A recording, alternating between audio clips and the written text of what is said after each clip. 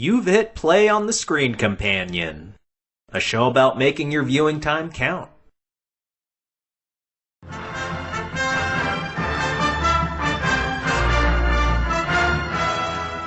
Surprisingly, I got a text from Andrew saying, hey, let's do an episode about movies that flopped that we still love and want to champion. And I kind of groaned a little bit because it meant I would have to watch two movies that I may or may not want to see again. I was game for it, and luckily you guys were both game to do this. So we're here today to discuss Conan the Destroyer, my pick, The 13th Warrior from John, and Speed Racer, Andrew's pick that really kicked this whole thing off. For some reason, he just had to talk about this movie. I almost feel like maybe you were at a bar and you got into an argument with somebody over it. And you're like, I'll show him. I'll get on Frank's show and discuss it. He'll never hear it. Oh my gosh. But let's just talk first about the fact that these are movies that we're already conceding critically, commercially, did not fare well. Some fared worse than others. Already we're saying we like these movies that the greater majority did not appreciate. Makes me wonder, and I'm sure our listeners will wonder too, how much can these three fools be trusted? Andrew, let's start with you. How would you say your film tastes compare to the rest of the crowd, the world? I would like to think I'm average in the sense that I am almost willing to watch anything, and I can find usually one or two good things about something. I will admit at times I can be a bit of a contrarian, but not with everything. It's not like every popular movie or every Oscar winner that I've ever seen I thought, oh, well, the Speed Racer was better. It's more, there are certain movies that are considered to be, spectacular that I kind of shrug my shoulders at. That's kind of as far as it goes. How about you, John? I would say I'm more of a rummager. When I find something in a specific genre that I like, I'll rummage through the rest of the genre. I'll find one Korean movie I really like and then just go into a bunch of Korean movies, or I'll find one big budget action movie I really like and then do a bunch of those. I feel like I can definitely agree with the common man on movie tastes, but I'm definitely going to have some stuff in my back pocket that no one's going to like. As far as the films each year that end up being critical and commercial darlings, what percentage of those movies would you say you agree with in their praise? Probably very low. I'm going to say 33%. Let's go with 1/3. When the Oscars were like 5 Best Pictures deep, I would say like about 3 or 4 I would think were good. I wouldn't think necessarily maybe that they're the best films I'd seen that year. I generally enjoy what I see when it comes to the critical darlings, but I might not think too highly of them like others do. I'm probably at the lower end from you guys. I read the trades, what's been greenlit, what's coming out, and a lot of the times I'm scratching my head or groaning, just thinking, this doesn't need to be made, or this sounds boring or derivative. That being said, I will check out just about anything, but that tolerance will quickly fade once I get into the movie. Like, you can give me anything and I'll try it, but then my trigger finger is itchy on that remote, feeling things as the movie progresses, going, oh, why am I watching this? I'm not getting anything out of this. And then, bam, I hit that stop button. A lot of these movies that are critical darlings, especially during Oscar season, I am paying money to see them in the theaters, and I have never walked out of a movie, mainly because I am my father's son and I paid for it, damn it, and I'm going to sit there. John, have you ever walked out of a movie? No, it's the same deal. I paid money for that. I'm not physically leaving. If it's home free, I'm going to turn it off. But I generally do like to wait for these critically acclaimed darlings so I can watch it for free, and rarely am I upset that I waited. We're going to talk about movies that we've decided have been grossly misjudged by popular culture. So let's start with 1984 and Conan the Destroyer, the sequel to Conan the Barbarian that came out in 82 and is much more lauded and made a lot more money at the box office. So we have Conan and a coterie of eccentric characters, and they help a cult awaken a godlike creep. Very simple. Probably simplified because they wanted a younger audience to get at this movie. We went from an R rating in Conan the Barbarian to PG. They were looking for the bucks, and that hurt them. In talking about our movies, I'm going to use the 5 stages of grief. Let's start with the first stage, denial. I can't believe this movie failed because it has Schwarzenegger when, at the time, there weren't many actors as built as he was, so just going to see a movie like this with him in it, it's like going to a freak show, and I mean that in the best possible way. The first film made about 4 times its budget, so it seemed like we had a franchise going here. Based on the Robert E. Howard literary property, which had its own built-in fandom. Also, back in the 80s, there weren't a lot of sword and sandal movies that were successful, but you also had Clash of the Titans that made a lot of money back in 81, and again, Conan the Barbarian 82. So this coming in 84, it seemed like there was a bit of a precedent for success. I agree with the Arnold assessment. I don't know about the freak show thing. That's just covering my ass in case he's listening. In case he's one of our 2 listeners, yeah. It's him and one of Frank's distant relatives. The second stage of grief, which is anger. This is where I'll defend this movie, and later, once we get to acceptance, I'll accept some of the really stupid parts of it.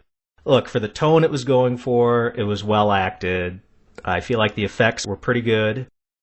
I think the score is fantastic by Basil Polidoris, who also did RoboCop. And it's popcorn fun. You know, it's nothing offensive about it, except for the fact that it's a sequel to Conan the Barbarian. I'll agree with the special effects because, like, in the end, where the monster's physically there, they put a big guy in a suit or something like that. He's physically there, so there's nothing you need to do to make sure it looks like he's there. It still looks good. And who was the big guy in the suit? I don't recall. Andre the Giant. Oh, wow. Was that Andre? Yep, uncredited. That's cool. Because who was going to be bigger than Arnold? They already had Wilt Chamberlain, so you couldn't cast him twice. Well, why not? Yeah, you could have put him in the suit. Save a couple bucks. How about you, Andrew? Was there anything positive as you were watching this? I cannot praise the music of this movie enough. The score is the unsung hero, and I will say the best part of the film. I agree 100%.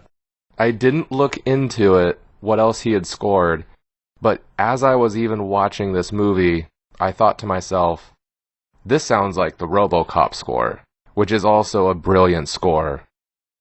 It's crazy that you say that, because holy crap, the music was amazing. And I think they knew what they had, because they must have played the Conan theme like 6 times in this movie. It was never enough. Like, honestly, it was never enough. It was his wrestling entrance music every time he got to a fight. Yeah, the music was incredible. It is absolutely incredible. I don't think I'm exaggerating by saying if you took that score out, I would like this movie probably 50% less. That's fair. Yeah, it would go down a lot in my book if it wasn't for that music. Now the third stage of grief. Bargaining. How could this movie be successful while still pretty much maintaining what it is? I was thinking long and hard about this. I think firstly, if they split it from the Conan series, don't make it part of that because it's so different from the first movie. Maybe give Conan a cameo just to do some marketing and get people interested, but don't make him a character in it. age up the princess. Olivia Diabo, she's pretty young in this movie. She's in her teens. Probably so kids would find it more appealing having a younger character like that. But she just comes off as kind of awkward and just a little gross in her attraction to Schwarzenegger. Lastly, I would say lose Tracy Walters' character, the thief, who is nothing but comic relief. Thank you for saying that. When I started this movie, when you first see them at that altar, I saw him without him ever saying a word, and I thought, I'm going to hate this man. And I did. Have you seen him in other pictures, Andrew? Not that I can recall. He's Bob the Goon in Batman. Oh yeah, he is Bob the Goon. I'll admit I've only seen the Tim Burton Batman once. Once? Yeah. That's not enough. It's like legally not enough. You legally have to watch that movie like 10 times before you're 15. I felt like the story structure was weird. They went through the adventure of fighting the wizard, and that was the whole thing. And then there was still a movie after that with the giant horn monster played by Andre. It felt like episodes. It didn't feel like a full movie. So I would find a way to make it flow better story-wise. Yeah, I checked the time on it, and when they confront the wizard in his ice castle, it's only halfway through the movie. So, bold choice. You've got a climax right in the middle. Next, I'm going to go on to the fourth stage of grief, which is depression. Oh, what might have been had this film succeeded. There was a third Conan movie that they wanted to do in the 80s, possibly to be directed by Guy Hamilton of Goldfinger fame. That might have been pretty good. We'll never know, because it never happened. And because this movie, it's called Conan the Destroyer, what they mean by that is that it destroyed the franchise. We didn't get a Conan movie in the 90s. We got that reboot attempt with Jason Momoa, which I didn't see. Did either of you guys check that out? I did. It's not that great. And then even after Arnold left the governorship, he had talked about doing a King Conan movie, and it just never came to fruition. And it was going to apparently ignore Conan the Destroyer and just build off of the original film. It's so fun how these long franchises, when they try to do soft reboots or sequels, they really let their disdain for certain entries be known by just saying, nah, we're ignoring 2 and 3 or whatever, we're just going to build off the first movie.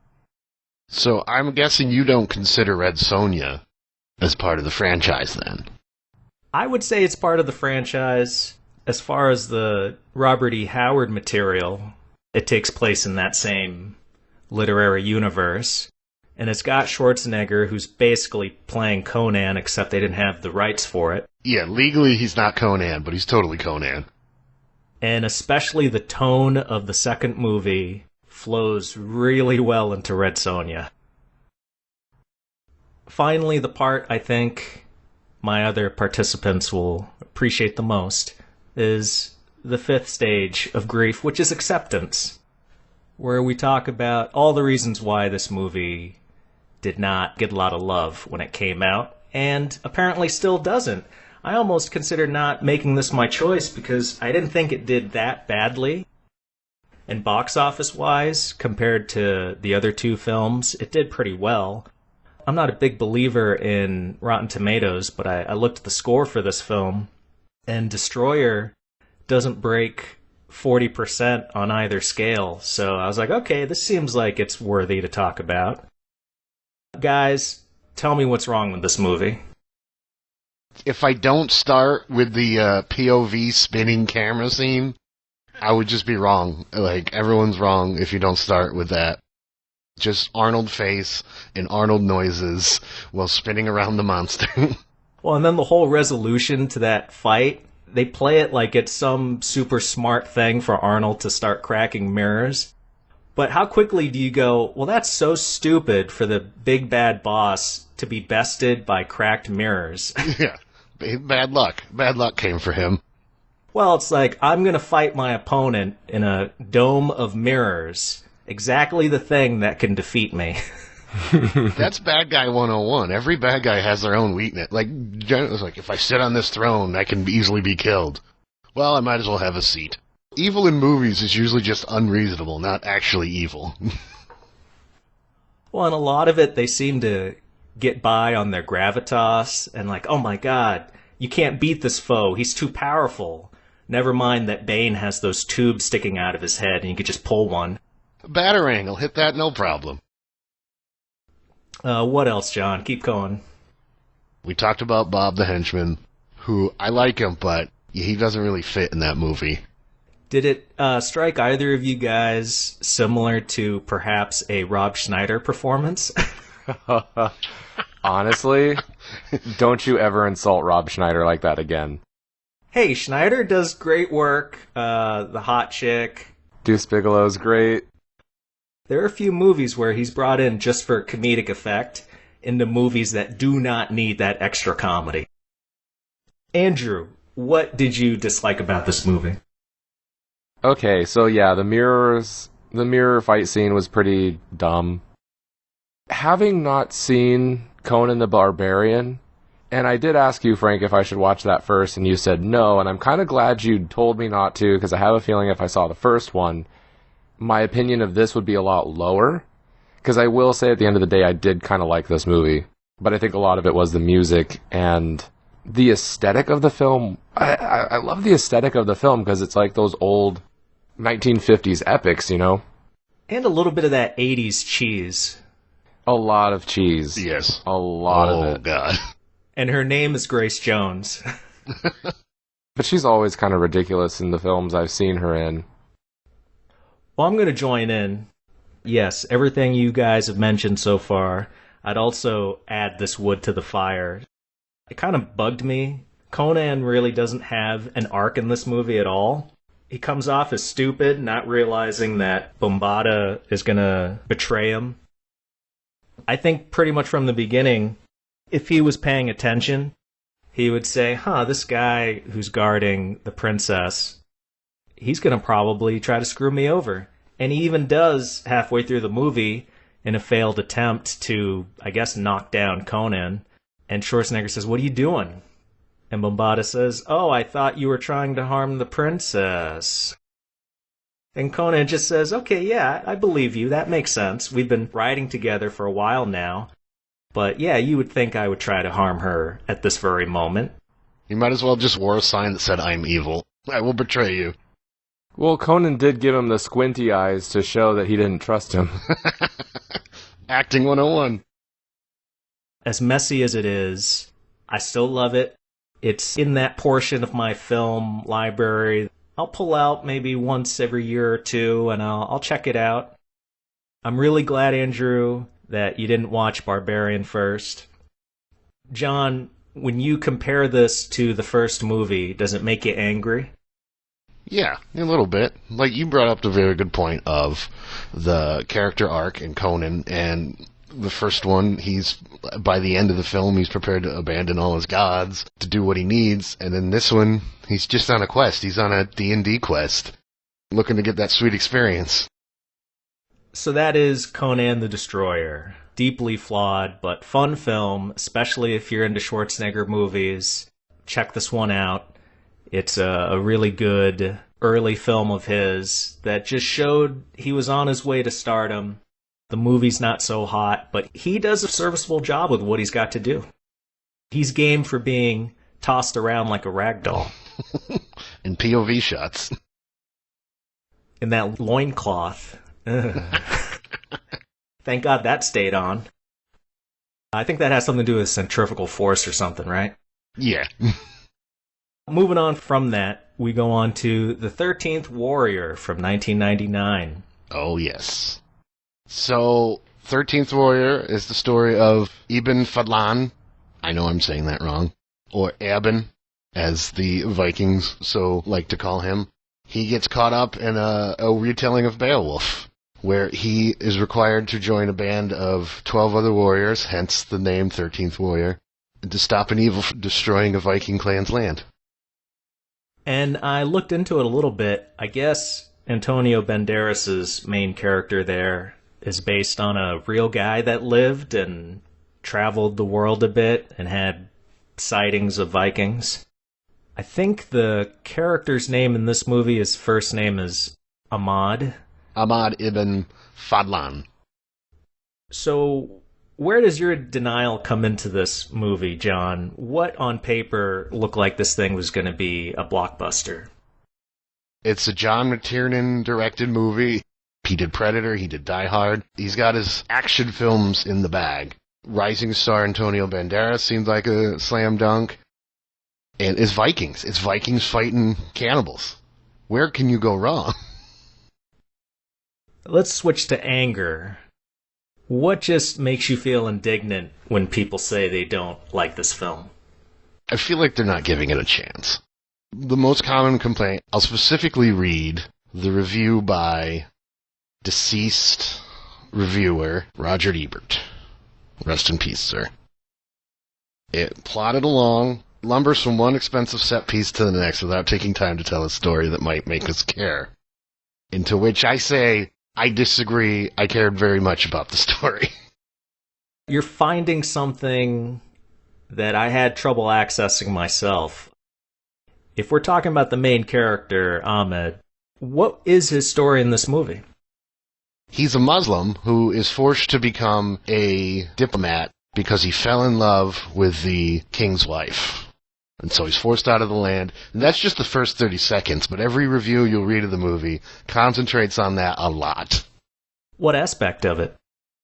They act like that's the story of the film, when really that's just the reason his character's not in Baghdad. Which, a Spanish man playing a Muslim, I don't know if that's on point or completely off. Well, Islam stretched across the globe. There are plenty of them in Spain. Yes, I'm not that history buffed as you are. If we get into good aspects of this movie that feed the anger of why it didn't do so well, Andrew, throw it some kudos. Oh man. Oh, that's bad. What a burn. I like the Viking characters for sure. I don't remember any of their names, of course, because, they introduced themselves and I just kind of wrote them off, but the King Viking that was leading them was the true hero of the movie. Yeah, he was Beowulf, basically. It looked great. Like, it's definitely... McTiernan has his chops, and it does come through the movie. When I was seeing that it's a Michael Crichton, John McTiernan film in the credits, I thought, holy crap. Once again, the music was good also. I think Jerry Goldsmith is, he's done good music in other cinema. And it had good moments. I'm so like, yeah, like it, yeah. Wow. Let's do take two. This time, mean it, Andrew. I will say, I did not think it was bad. What a glowing review. Okay. Yeah. Thank you. That makes me feel good. I can't wait to talk about Speed Racer. At this point, I figure you guys both hated it. I'm ready for it. I'm wearing my boxing helmet. Bring it on. I love you guys. Let me help you out a bit, John, and say I liked the level of blood in this film. Not that I'm a gorehound, but for this particular story in this time with the swords, the beheadings were awesome. The gouts of blood just really fit into this world. And I thought the production design was serviceable. There was a lot of reshoots. One of the things that caused it to be a flop was the initial test screening. People hated it. Tiernan eventually left, and Michael Crichton came in and finished the movie because of his book. By the time it came out, they'd spent, I think, $160 million on it when they only wanted to spend $80 million. And so they just never made their money back. So this was kind of the Solo, a Star Wars film of its day? It was pieced together by a studio from two different directors. Let's go into bargaining, John. While maintaining what this movie ultimately is, are there little things you could tweak about it that you think would have helped it? Let's start with the trailer. I don't know if you guys watched the trailer, but it was such a 90s trailer. It had that mall techno that they would play in stores they wanted you to come in and buy incense from for some reason. And that trailer also only concentrated on the reason he got kicked out of Baghdad. The reason Antonio Banderas' character left Baghdad, which was not, again, part of the movie. So I feel like the marketing itself kind of was the beginning of its problem, so I would definitely fix that. But from there, I don't know. I hated making movies in film school, so I don't know what I would change.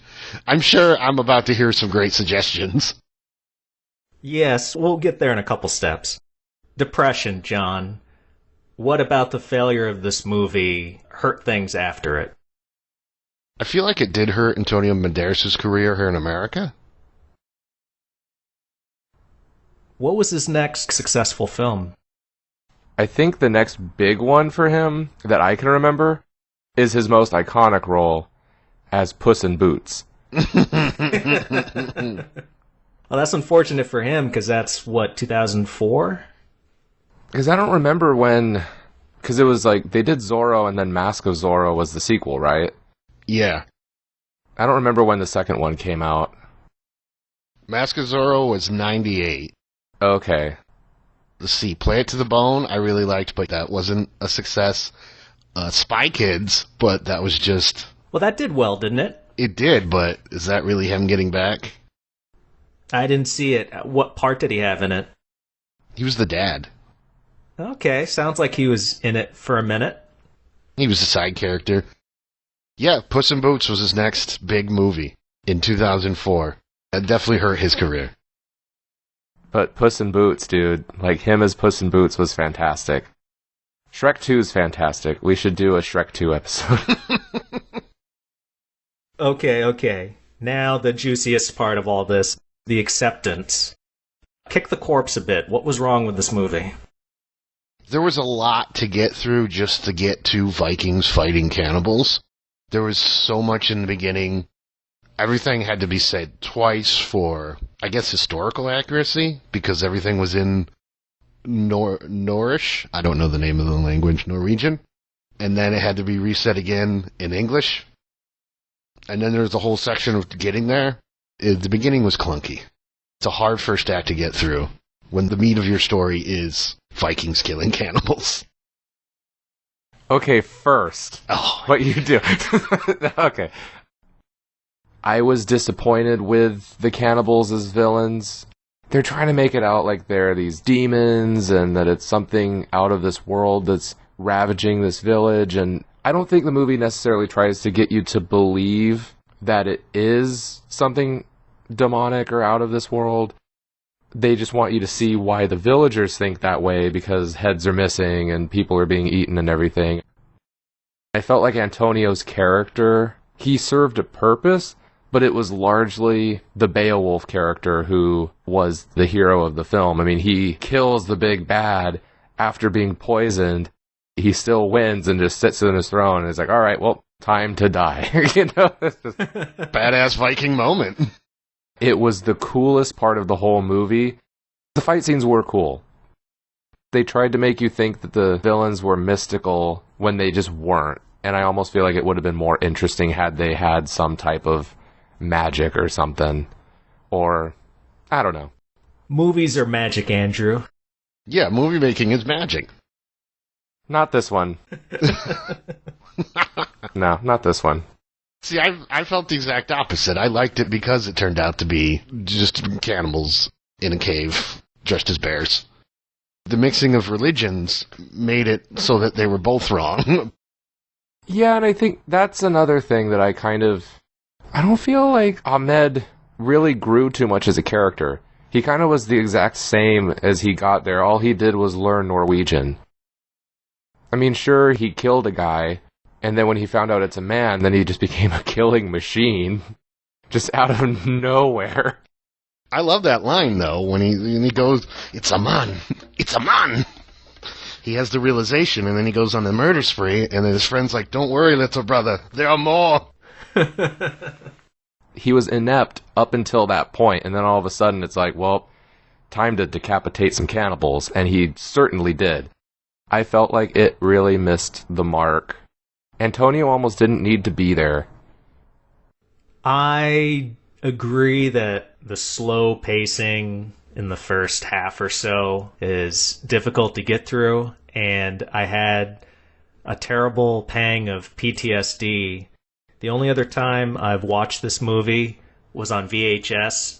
So I was a kid at the time, and I remember thinking, oh my god, this is so slow and boring. I don't think I actually finished it. I think I turned it off, so I was a little brat. Oh, you missed the best part. I did, but for a kid, it's a bigger percentage of your life every minute that goes by when you're young versus when you're older. Oh. You know, the half hour, 40 minutes it would take to get to the good stuff already accounted for like a 1% of my entire life to that point. When you put it that way, yeah, that sounds like it's a terrible movie. And then Antonio, I'm a fan of Tony's, and I wasn't pleased considering his character is the namesake of the film. As Andrew pointed out, he doesn't have much to do in this, as evidenced by the fact that he has his love interest among the Vikings. You think there might be something brewing, or at least something we'll explore for a bit. They say kind of goodbye when he goes off to do some big battle, but by the very end of the movie, she just disappears. And there's no acknowledgement of the fact that they had their little love affair. Nail and bail, my friend. Yep, she ghosted him. She's like, I'm out. He was supposed to die in that battle. He came back. I'm gonna hide. And you look at his charisma in something like Robert Rodriguez's Desperado. He was likable in this movie, but I just didn't get that level of awesomeness that I'm accustomed to by that sexy guy Antonio Banderas. He's the audience in this film. He's there to be the lens in which you can watch the badass Vikings. He's pretty timid for a lot of the film, isn't he? That was probably one of the big turnoffs initially, was that he wasn't the action star. I think it's interesting that you say he's the lens for the audience, but I think that it's like, you can just have the camera be the lens for the audience. I mean, like, that's essentially how it was. He ultimately, to me, was pointless in his own film. It's called The 13th Warrior, but he doesn't really do anything. I thought he was going to save the day, and he just, there. And, you know, at the end of the movie, the Beowulf character is like, oh, you know, a man whose life is drawn is a very lucky man indeed. And I know that at the end of the movie, he's writing the king's story, but at the same time, he kind of ends it on his own self-reflective thoughts, like, I was a lucky man to be there. You know, like, he's writing his own story. That guy was awesome. I'm great. It's a fair assessment. I can't give out points because it's not a points-based system, but if I could, I'd still deny you because you didn't like the movie. Well, that's the point of this episode. I hope that was a bit of catharsis for you, John. Now we're getting to a real point of contention, which is our final film for the episode, and that is Speed Racer 2008. Andrew, talk about this hidden gem. Jesus. Oh my gosh. Okay, so... You said you were prepared, so I figured I'd give you both barrels. Get those gloves up. Get those gloves up, kid. It's coming. I feel like I've already been shot from a distance. I never stood a chance. Okay. Speed Racer is a race car driver who's trying to protect his family from the evil companies that fix the World Racing League. Did you see this movie when it first came out? Yes, I saw this in theaters. And was it because of the Wachowskis, or was the subject matter what drew you in? I watched it because, honestly, I wanted to see it. It looked fun to me. John, did you see Speed Racer when it came out? Nope. Were you at the Academy of Art by then?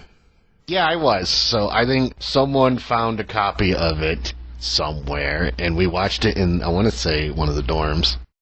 That seems like a movie that's just perfect for being picked apart by a bunch of film student geeks. It's funny you should say that. Well, that's pretty much the dream we're living right now, isn't it? Yes, it is. Okay, Andrew.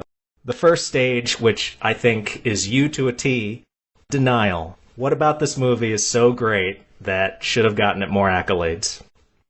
First of all, it is the Wachowskis. I don't want to say at the height of their power. V for Vendetta was like 2005, 2006. So they were coming off of the heels of that one, which was another, darling for them.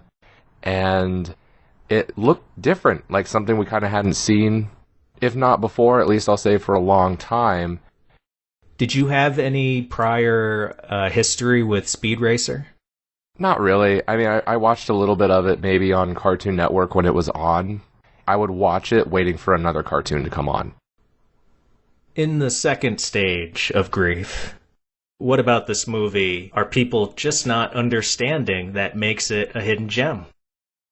Specifically with the Wachowskis, you had The Matrix, which was this kind of thinking man's action movie in a way. I had a friend who was taking a film class at Long Beach City College, and that was one of the things that the philosophy professor would show. Like, The Matrix was curriculum for them. I just think that people went into this film expecting another deep Wachowski flick and got Speed Racer, which is just supposed to be, I think, a fun family action flick. There's a certain aspect of it where I found it very gaudy.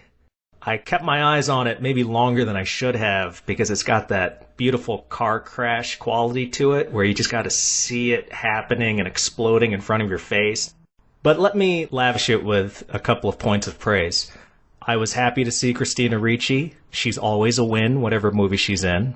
I felt that the bold color palette was very refreshing, especially nowadays with that Zack Snyder desaturated, gloomy, disgusting look. It was nice to see this really take advantage of a color palette the same way French movies like Amélie do. John, say some nice things about this turd. It was a shiny turd, that's for sure. The desert race, that just felt like an episode of the show. That was probably the best part of the whole movie. And the rest of it was... I'll talk about that later. Bargaining. Again, keeping it somewhat what it is. Andrew, are there any tweaks you could make to make this a bit more palatable? I would have cut a lot of the Spritle stuff, because he is annoying. I would have made this movie shorter, because I think especially for a family film, it's about 2 hours and 15 minutes. And, I mean, I hate to say this, but I think if they made it look more like almost every other movie, it probably would not have gotten as much hate as it did. Agreed. Depression. What about this movie tanking hurt the people in it and around it? Well, they never quite looked at the Wachowskis the same way again. And yet they still made a couple of big-budget movies, Cloud Atlas and Jupiter Ascending. I forgot all about Jupiter Ascending. Just like everybody else did. Yeah. Yeah, everyone forgot about that. It really hurt their career. You don't see Emile Hirsch anymore, really. Even though he was in films after this, he never was quite able to get a lead like this after that I can remember. Would you say that this was an Emile Hirsch vehicle? Hey. I don't know much about Emile Hirsch's career. Was he like building steam going into this movie, or was this his chance to make it? I think around the same time this movie came out, there was this flick called Into the Wild, which was this indie movie that he was in that was getting some decent praise, specifically for him. Yeah, that must have been around the same time. I remember seeing that in college. Wow, putting that movie side by side with this one, totally two different ways to go. Emile Hirsch really showing his range. So Into the Wild came out a year before. I think he was picking up steam. He was getting leading man status, and then this happened. And then Speed Racer put the brakes on that. Yeah. Puns. All the puns. Acceptance, Andrew. This is the part I think John and I have been waiting for. Oh, yes. But let's lead with you. You mentioned a couple of them, but is there anything else that you agree with people that say are the problems? I do agree with the people who say that the film has its issues. The scenes with Speed and Trixie, especially when it's just the two of them being lovey-dovey, it's very cringy. It's hard to watch. And then on top of it, I think they Let it out. Just let it out. They could have explained things a little bit better. Like when they're going into how the racing scene is rigged, the guy's kind of speaking quickly, and he's throwing a lot of information out at you really fast. There's just a lot of exposition thrown at you very quickly, and if you stop paying attention for a second, you'll miss something. They could have spread that out a little bit more, or not made it as multi-layered as they did. For a 2-hour-plus movie, you'd think that would allow them to slow down a bit for the exposition. I think they wanted to get to the nice long racing sequences. They rushed all of that story. It was a little much. Especially when he's talking about how everything's rigged. It's just, oh, well, this company had to do this, and this company did that, and then they bought this out because the share price went up.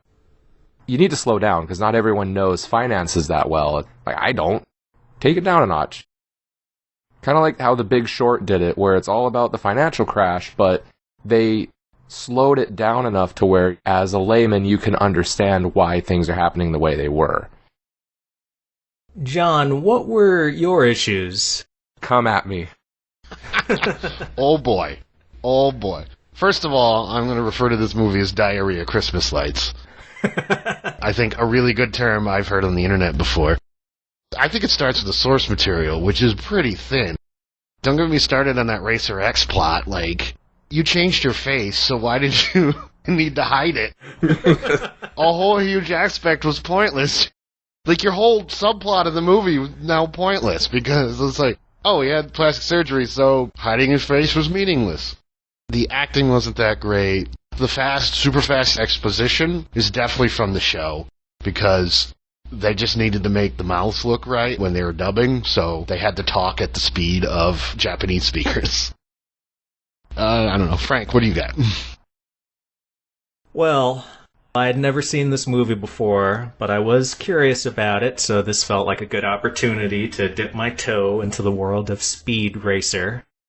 First thing I thought of was that they made this whole movie using the basic plugins in After Effects. Characters are just sliding across the frame, and everything just looks like a collage that was put together in the background. I mean, just none of it fits.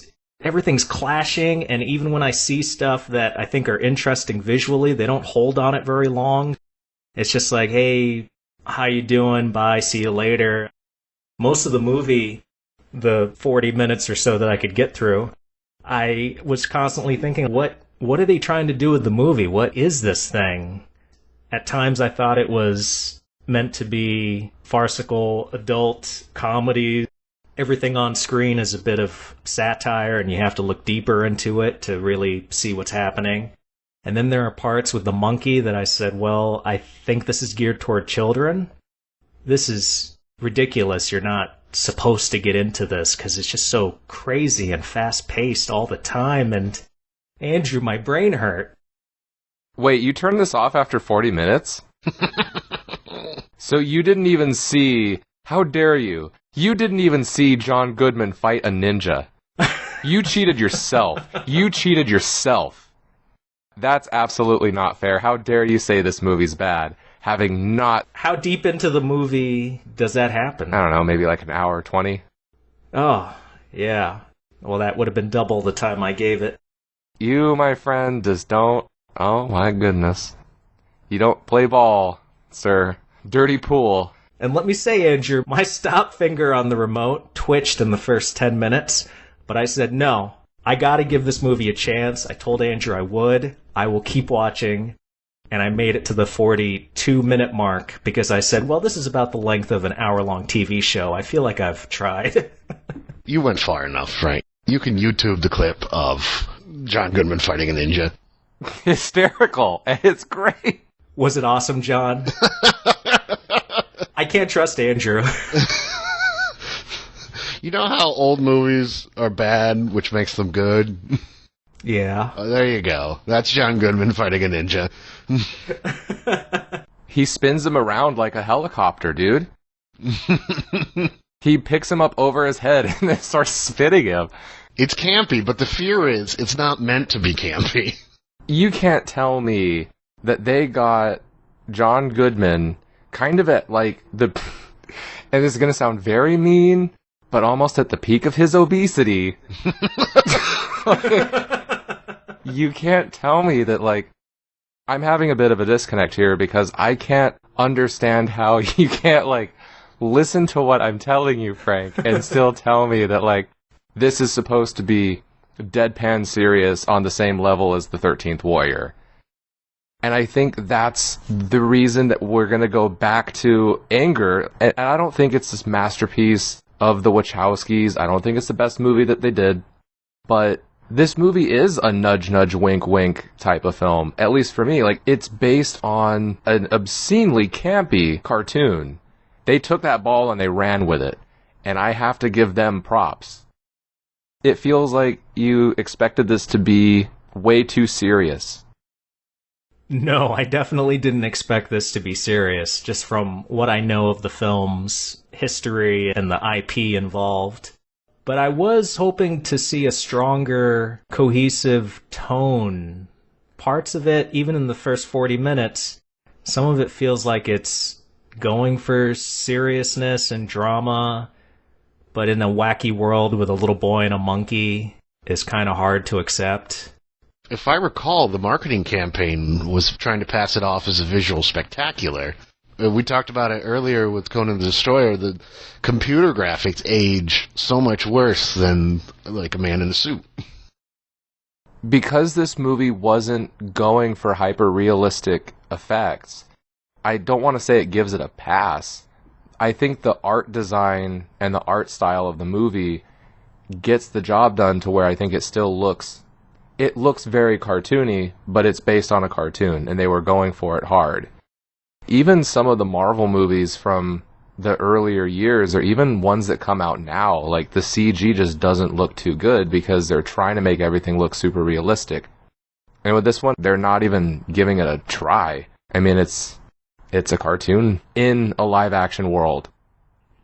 I have to give it some credit. As bonkers as the movie is, I appreciate that they went for something unique, and I've got a feeling it was their vision for the film. It's hard to believe that the studio gave them notes telling them to make that particular film. Movies like this, as much as I dislike it, you and others, there's that niche that are going to love it even more because it is so unique that it happens to fall within their filmic range. So I'm happy that it exists.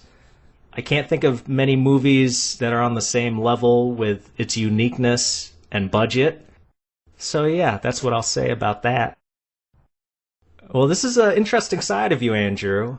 Usually you're very neutral on films. This one, you really fight for it, almost like you're the president of the Wachowski fan club. So I like that bigger in you. We need to find more movies like this that I can hate that you love, and we can spar over them. Thing is, I feel like I'm fighting for this movie a little too hard because it's really not one of my favorites. I remember when I saw it in the movies, I had a lot of fun watching it. I really liked the Christmas light diarrhea, as you put it. It was just this, whereas you would call it that, I would call it candy coated. It looks like just an explosion of M&Ms.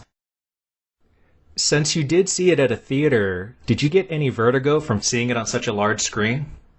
No, not at all. Because I feel like I remember hearing that at the time, that some people got sick watching it. I could imagine people having some photosensitive seizures watching this. I will say that for both of our listeners, if you have photosensitive seizures, don't watch this. For your own safety, there's a lot going on. Andrew, going back a second, what about Speed Racer? Because it feels like that was the impetus for this whole episode. What made you think about it? Honestly, just been a while since I watched it, and I wanted to watch it again. And I thought, like, you know what? Why not? I'll see if Frank's game. And apparently you weren't. You didn't finish it, because you're a quitter. But that's okay. I am a quitter, and I'll admit I really had nothing better to do with my time. But somehow that still seemed like quite a strain on my schedule. Did you just sit in silence for like an hour and a half after turning it off? Just, well, My schedule is free now. Staring at himself at the blank screen. We'll never see it again. You said it was perhaps ahead of its time. I agree with you. It should be released 1,000 years from now when humanity is completely gone and there's nobody to watch it. Christ almighty. One theater in the middle of a desert will play it. And the remnants of whatever Lions evolved into will still hate it. All right, Frank, I have a question for you then. Okay, go for it, Andrew. If you were to be sat down, eyes pried open, Clockwork Orange style, would you rather finish this or City of God? City of God. Absolutely. Because that one was just more of a genre issue, but it wouldn't have hurt my eyes the way this one did. I'm serious. I do have a touch of motion sickness. I'm really glad I didn't watch this at a theater. It would have killed me. Next, I would like to go on to a segment that I am now calling Hollywood Blender, where we will take these 3 films and find a way to mash them together into some new, beautiful experiment. John, let's start with you. It's going to be called The 13th Racer. And it's Antonio Banderas is inscripted into Conan the Destroyer's race team, and they have to take down corporations that are rigging the World Race League. Conan is absolutely the driver, and Antonio Banderas is the super sneaky mechanic that keeps sneaking into the trunk instead of the kid and fixing the car mid-race. Nice. Andrew, yours? I would do essentially a remake of Conan the Destroyer in the style of Speed Racer. There would be even less sense of realism. It would be much more comic booky. And for the 13th Warrior aspect, what would I add from the 13th Warrior? Have everything in Norwegian. There you go. Yeah, just the setting. It's set in Norway. Well, for mine, I wrote up a little something. Arnold's rakish racer, Conan, is tasked by Mayor Princess Jenna, played by Christina Ricci, to escort the Muslim poet Ahmed on a quest to find an encrypted thumb drive with an antivirus program powerful enough to end the scourge of the cyborg, trenchcoat and sunglasses wearing gang known as the Eaters of the Dead that threatens the virtual city of New Tokyo in the year 2092 and a half. Can Conan and Ahmad run the software in time? Or will the evil techno gang cause both Conan's Mach 3000 race car and New Tokyo to crash forever? Beautiful. Find out this summer in Conan the Speed Racer, directed by Lana Wachowski. I think John Goodman needs to be in all 3 of these movies. I think in mine, he would be Conan's father, the over-the-hill fat Conan. Mm-hmm. Senior. Conan Senior. I really like the idea of just everyone calling him Conan Senior. Now for TLDL, Too Long Didn't Listen, that segment for listeners that just want to get down to the nitty-gritty of what we thought of these films. I'm going to ask you guys some questions, and I just want one-word answers. John, out of the 3, is 13th Warrior still the best for your money? Yes. Andrew, what demographic will like Speed Racer more? Anime fans, film scholars, or pre-adolescents? Anime. John, is 13th Warrior more action, drama, fantasy, horror, or comedy? Drama. Andrew, what network should Speed Racer be in rotation on? MTV, Sci-Fi, or Sci-Fi? Cartoon Network or Comedy Central? Cartoon Network. And lastly, Andrew, I added this one just now because I'm very curious. On a scale of 1 to 10, 5 being neutral, where does Speed Racer land for you? Solid 8. Oh my god. Oh, that's disgusting. Well, everybody's entitled to their opinion. Wrong as it may be. I'm going to abstain from this, but John, what number would you give it? I'm going with a 4. I'd normally give it a 5, but I'm going to add a little spite to this. Just because I like it, you're going to be like, never mind, this movie sucks harder. Why not? Well, it says something that this movie has found a way to get that vitriol up in him so badly he had to do that to you. It was your review of 13th Warrior, really, that brought down Speed Racer 1. Whatever. Pick a more exciting movie next time. Oh. I picked the exciting movie last time. You did. I guess Revenge for City of God. Man, look at this. I thought I brought us together for something noble, and instead we're tearing each other apart. We've driven a wedge between ourselves. I'm never picking movies for this podcast again. Go Speed Racer, go Speed Racer, go!